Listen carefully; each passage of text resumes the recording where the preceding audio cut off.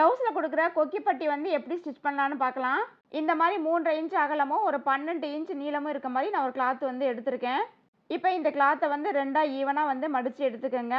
இப்போ இந்த கிளாத்தை வந்து ஒரு 1/2 இன்ச் மட்டும் மடிச்சுட்டு ப்ளவுஸோட ஃப்ரண்ட் பார்ட்டில் வந்து மேலே வெளிப்பக்கம் வந்து வச்சுட்டு ஒரு 1/4 இன்ச்சில் வந்து நீங்கள் தையல் போடுங்க. அதாவது நல்ல பக்கம் வந்து கொக்கி ஸ்டிச் பண்ணுவோம். அந்த நல்ல பக்கத்து மேலே வந்து இந்த கிளாத்தை வச்சுட்டு ஒரு 1/4 இன்ச்சில் வந்து தையல் போட்டு எடுத்துக்கோங்க. இந்த தையல் போட்டுட்டு முடிக்கும்போது வந்து ஒரு 1/2 இன்ச் வந்து கிளாத்தை விட்டுருங்க. 1/2 இன்ச்சு கிளாத்தை வந்து இந்த மாதிரி மடிச்சுட்டு அதையும் நீங்கள் தையல் போட்டு எடுத்துக்கோங்க. இப்போ இந்த கிளாத்தை வந்து திருப்பி விட்டுட்டு அதுக்கு மேலே வந்து ஒரு படிமான தையல் வந்து போட்டு எடுத்துக்கோங்க அதோட எட்ஜில்.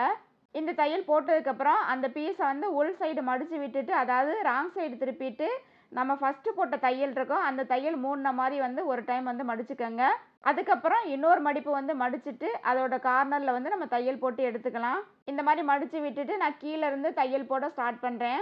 ஆரம்பிக்கும் போது வந்து பேக் ஸ்டிச் போட்டு ஆரம்பிங்க. இந்த தையல் கரெக்டாக நம்ம கொடுத்த அந்த பீஸோட எட்ஜில் வந்து நீங்கள் ஸ்டிச் பண்ணி எடுத்துருங்க. இந்த மாதிரி ஒரு 3.5 இன்ச் அகலத்தில் வந்து நீங்கள் பீஸ் கொடுத்து ஸ்டிச் பண்ணும்போது அந்த பீஸ் வந்து ரொம்ப ஸ்ட்ரைட்டாக ஸ்ட்ராங்காக இருக்கும். இந்த டிப்ஸ் பிடிச்சிருந்தா நீங்களும் ட்ரை பண்ணி பாருங்கள். தேங்க்ஸ் ஃபார் வாட்சிங்.